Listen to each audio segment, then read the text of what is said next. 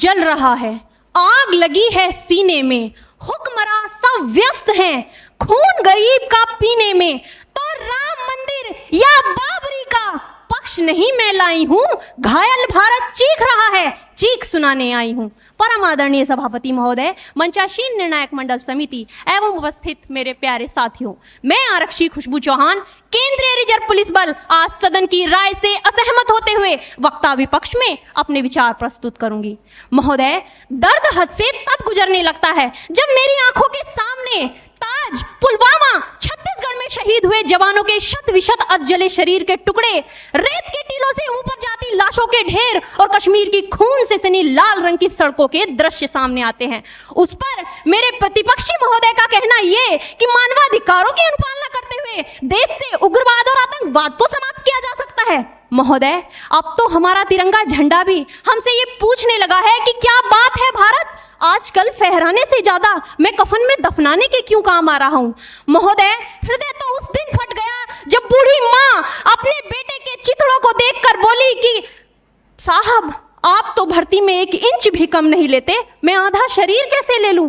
महोदय, आज इन मानवाधिकारों के कारण इन आतंकियों के बंगलों की आकाओं की नाकफनी हंसती है और शहीद हुए हमारे जवानों के आंगन की तुलसी रोती है। जब एक शहीद हुए जवान की विधवा की वेदना चीख चीख कर ये कहती है कि प्यार भी भरपूर गया, मांग का सिंदूर गया, नन्हे नौनिहालों की लंगोटियां चली गई, छोटी छोटी बेटियों की चोटियां चली गई और आपके लिए तो एक आदमी मरा है साहब, मेरे घर की तो रोटियां ही चली गई।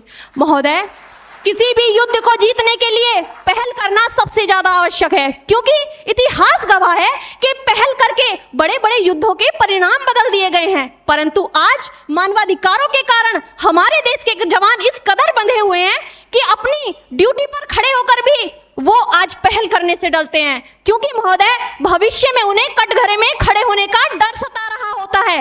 वो ये जानते हैं कि चाहे एक उग्रवादी की राइफल से निकलने वाली गोली को ये तय करना पड़े या ना पड़े कि वो किसे लगेगी, लेकिन हमारी राइफल से निकलने वाली हर गोली को ये निर्णय लेना पड़ता है कि चाहे वो किसी निर्दोष को लगे, दोषी को लगे या ना लगे, परंतु किसी निर्दोष को नहीं लगनी चाहिए। यदि ऐसा हुआ तो ना तो ये समाज हमें छोड़ेगा, ना ही दिल का ताड़ बनाने वाली ये मीडिया हमें छोड़ेगी। और महोदय, मानवाधिकार के तले किसी जवान को दबाकर युद्ध के मैदान में छोड़ देना कोई वीरता नहीं, एक आत्महत्या है।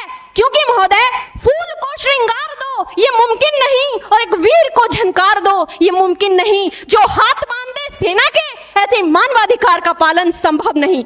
महोदय, आज सत्यनिष्ठा के मार्ग पर चलते हुए भी हमारे देश का जवान इन आतंकवादियों, इन पत्थरबाजों से डरता है, क्योंकि वो जानता है कि उसकी राइफल से निकलने वाली गोली अगर टारगेट को हिट नहीं भी करेगी तो भी 400 मीटर तक जाएगी, और यदि इस बीच वो किसी निर्दोष को लग गई तो महोदय हमें अपनी नौकरी से हाथ तक धोना पड़ सकता है।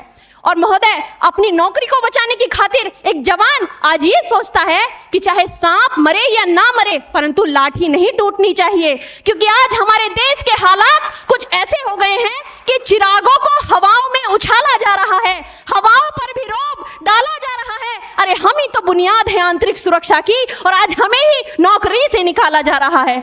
महोदय, जब पुलवामा में 44 जवान शहीद हुए, छत्तीसगढ़ में 76 जवान शहीद हुए, तो कोई भी मानवाधिकार की दुहाई देने वाला हमारे पक्ष में आकर खड़ा नहीं हुआ।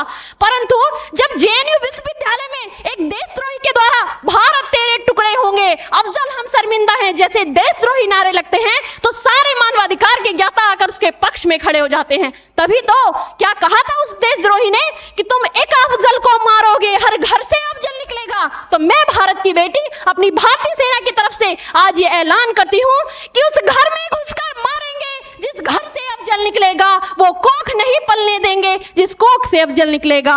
उठो देश के वीर जवानों, तुम सिंह बनकर दहाड़ दो और एक तिरंगा झंडा उस कन्हैया के सीने में गाड़ दो।